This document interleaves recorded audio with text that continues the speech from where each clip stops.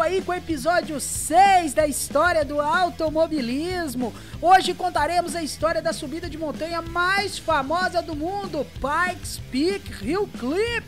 Aí então a gente contará a história dessa corrida que é impressionante. Mas antes, já vai deixando o seu like, já vai compartilhando então aí o nosso vídeo, já vai se inscrevendo também no canal, já vai ativando o sininho aí e já vamos então para a história dessa subida de montanha que é espetacular. Mas antes eu queria dar uma passadinha numa curiosidade.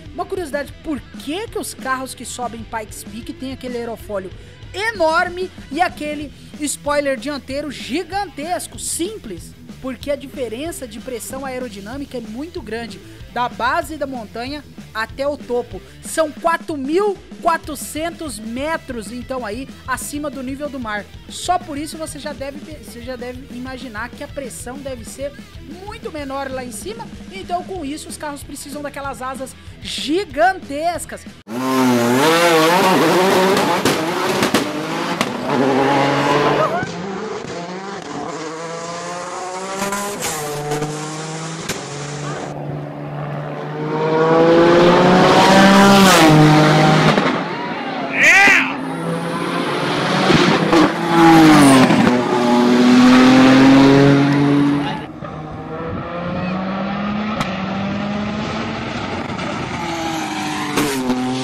Vamos para 1916 aí, então, com Pikes Peak Alto Hill Clip. Mas antes, pra gente entender como a estrada de Pikes Peak Highway nasceu, a gente tem que voltar pro ano de 1888, aonde a estrada foi criada. Aí não com o intuito de fazer uma corrida, mas sim com o intuito de levar turistas do pé da montanha ao cume da montanha. Já em 1915, aí por meio das mãos de Spencer Penrose, um grande empresário do ouro da região, ele resolveu então alargar a estrada para receber aí então os carros que na época já vinham se popularizando muito.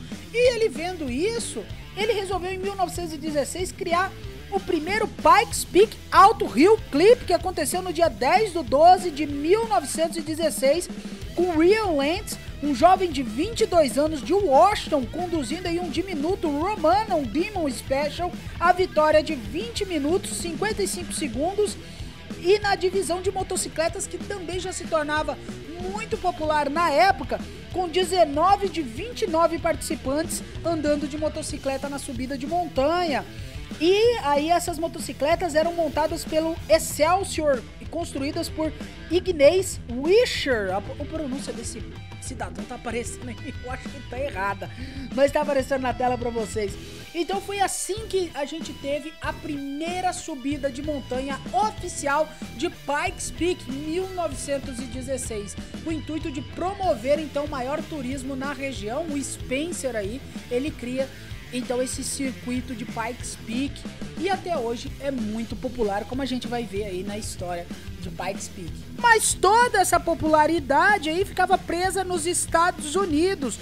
Por exemplo, de 1946 a 1970, o calendário da AAA e da USAC IndyCar Championship, não a IndyCar que a gente tem hoje, tá? Não confundam com a IndyCar atual. Mas aí então entrou no calendário desses dois campeonatos. E a partir da década de 80 que a gente vai começar a ver aí o circuito de Pikes Peak se tornando mais famoso mundialmente e mais prestigiado. As a winner in the Unlimited Sports Car Division. Events like the Bonneville Nationals, the Pan American Road Race, and the world-famous Mille Miglia all lie in Ack Miller's racing background. But at Pikes Peak, he has consistently found the secret of the winning combination.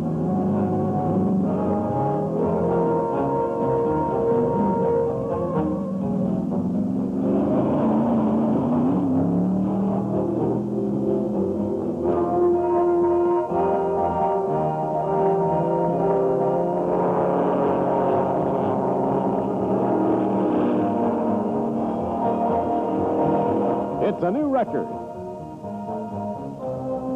13 minutes 53 and 6. Já na década de 80, aí com os ralis mundialmente famosos, o circuito de subida de montanha de Pikes Peak começou a ser visado pelas equipes europeias das montadoras. E em 1988, o piloto finlandês e ex-campeão do Mundial de Rally, Ari Vatanen, conseguiu estabelecer um novo recorde definitivo em seu Peugeot 405 Turbo 16 GR. Houve até um documentário aí chamado Clip Dance, que capturou o esforço aí do Vatanen na subida de montanha, o que ajudou a popularizar ainda mais aí o circuito de Pikes Peak mundo afora e tornou mais do que uma simples subida de montanha. Fez com que agora subir a montanha de Pikes Peak fosse uma glória para os pilotos de rally. Por exemplo, a gente vai ver Sébastien Loeb conseguindo esse feito, mas mais na atualidade. Já já a gente chega lá.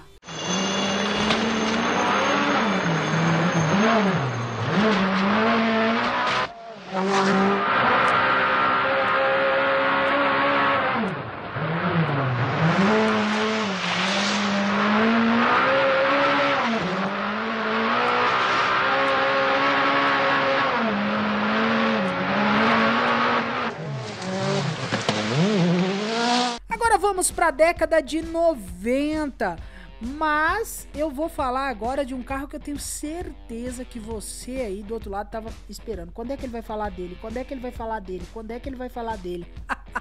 Tá assim, não tá? Então chegou a hora da gente falar do monstro Suzuki Scudo, que fez muito sucesso no Gran Turismo 2 e ficou conhecido mundialmente pelo Gran Turismo 2, o que também alavancou ainda mais a fama de Pikes Peak como corrida de subida de montanha. Mas pra gente falar do Suzuki Scudo, a gente não tem como desvencilhar ele de uma figura em especial. Ele, o Nobuhiro Tajima, ou Monster Tajima, para os íntimos aí, os fãs do automobilismo. Nobuhiro Tajima já havia vencido o circuito então aí de Pikes Peak em 1992 e 93. Ele teve aí suas vitórias com o Suzuki Swift, mas em 1994, ele aí resolveu trocar o seu carro pelo Suzuki Scudo, mas não naquela versão que a gente conhece, numa versão um pouco diferente. O Suzuki Scudo que eu tô falando, ele possui dois motores, um na frente, outro atrás. Esses motores são 1.6 turbo de 450 cavalos cada. Aí então, cada motor ele é responsável por mover um eixo independente do outro.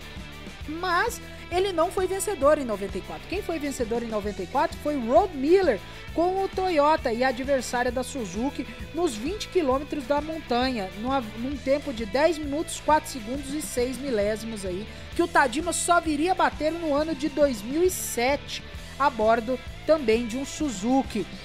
Mas a gente vai falar um pouquinho também desse sistema de motores, que não é novo, esse sistema de dois motores, não foi o Tajima que criou para os seus carros. O Enzo, já lá na década de 30, tinha criado o Alfa Romeo Bimotori, que também usava um sistema de dois motores, um na frente, outro atrás. Mas aí a gente vai pro ano de 96, o ano em que o Tajima resolve retirar os dois motores e colocar um único motor. Esse único motor era um V6 turbo de 2.5 litros que gerava absurdos 995 cavalos. Agora você vai me perguntar, tá, 995 cavalos, qual que era o peso do carro? Eu vou simplificar para você. Você já ouviu falar no projeto da Koenigsegg, o One One? Então, o One One é de 2016. O Nobuhiro, ele tava à frente do One One. O One One, ele tinha 1 cavalo para 1 kg de peso. O carro do Nobuhiro Tajima tinha 995 cavalos para 900 kg de peso. É quase 1,2 cavalos para cada quilo. Meus amigos, Nobuhiro tava à frente no seu tempo, mas ele não foi vencedor. Nem 96, nem 97, 98, nem 99. Ele só conseguiria vencer, então, no circuito de Pikes Peak a partir do ano de 2006, a bordo do Suzuki SX4, que acelerou muito no circuito de Pikes Peak, e esse foi o carro responsável por baixar o tempo dele aí, então, da casa dos 10 minutos. Mas o Nobuhiro também, ele inovou, ele foi um dos primeiros a trazer o carro elétrico para o circuito de Pikes Peak e foi vencedor também com um tempo abaixo do tempo de 10 minutos aí, que era um tempo mínimo para se subir o circuito de Pikes Peak. Tajima, and he is in an unlimited twin-engine Suzuki, and he does have a shot at the overall record. And we're going to keep our through the midway point. Here is Tajima. He was first in the unlimited division last year. Remember, this is a twin-engine Suzuki, and see where he sits? Right in the middle. Well, he's a rally driver from Japan, and this thing's got twin engines. It's putting out 400 horsepower per engine. 800 wants to catch up to Hoffpower. Speaking of Tajima, and you talked about his rally record, well, in Australia, look at that. First in 91 and 92, and he is getting every ounce of this vehicle. Remember, last year, he won the Unlimited division despite blowing a tire at Glen Cove and driving the last half on a flat left rear. Well, watch him. He's using every single inch of the road. Remember, the overall record on the left. Is Tajima going to do it? He's close. 10:44.22. Vamos agora, então, aí pro século 21, com a última vitória do Tajima no circuito de Pikes Peak. E em 2011, a gente tem o circuito de Pikes Peak praticamente todo asfaltado, com apenas 30% faltando asfaltar. Mas nesse ano mesmo, no final ali de agosto, o circuito de Pikes Peak já tinha sido asfaltado.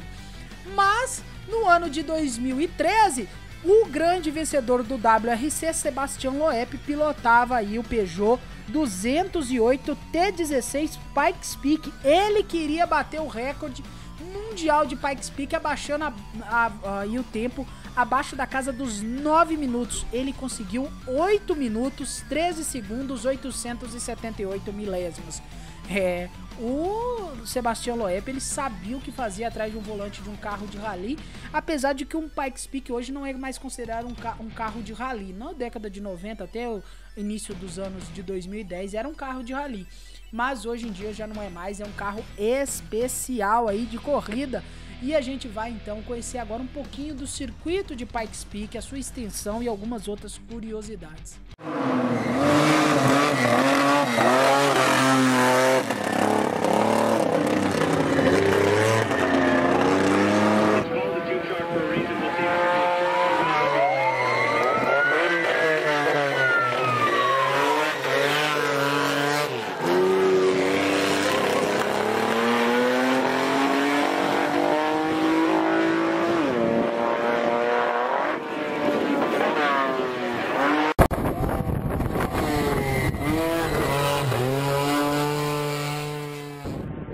Vamos conhecer um pouquinho então aí do circuito de Pikes Peak, que tem uma distância de 19 km 999 metros ou 12,42 milhas ao longo de 156 curvas, com um aclive de 7% da parte inferior à sua parte superior. O recorde global é detido pelo Romain Dumas com o Volkswagen IDR, com um tempo total de 7 minutos, 57 segundos, 148 milésimos, um carro de 2 motores, 699 cavalos e 66 kg de torque. Esse carro pode ir de 0 a 100 em 2,25 segundos, com peso total de 1.100 quilos.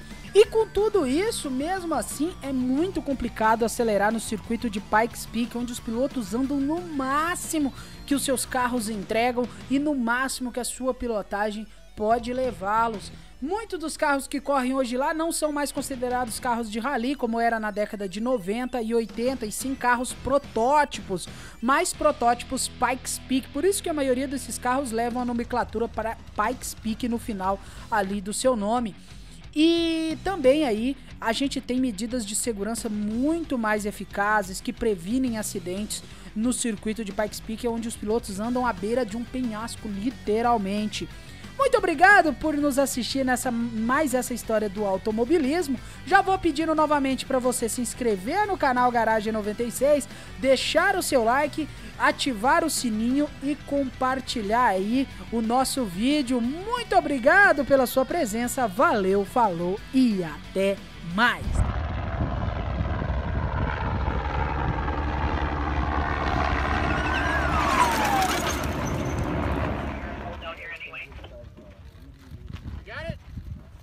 Double cut.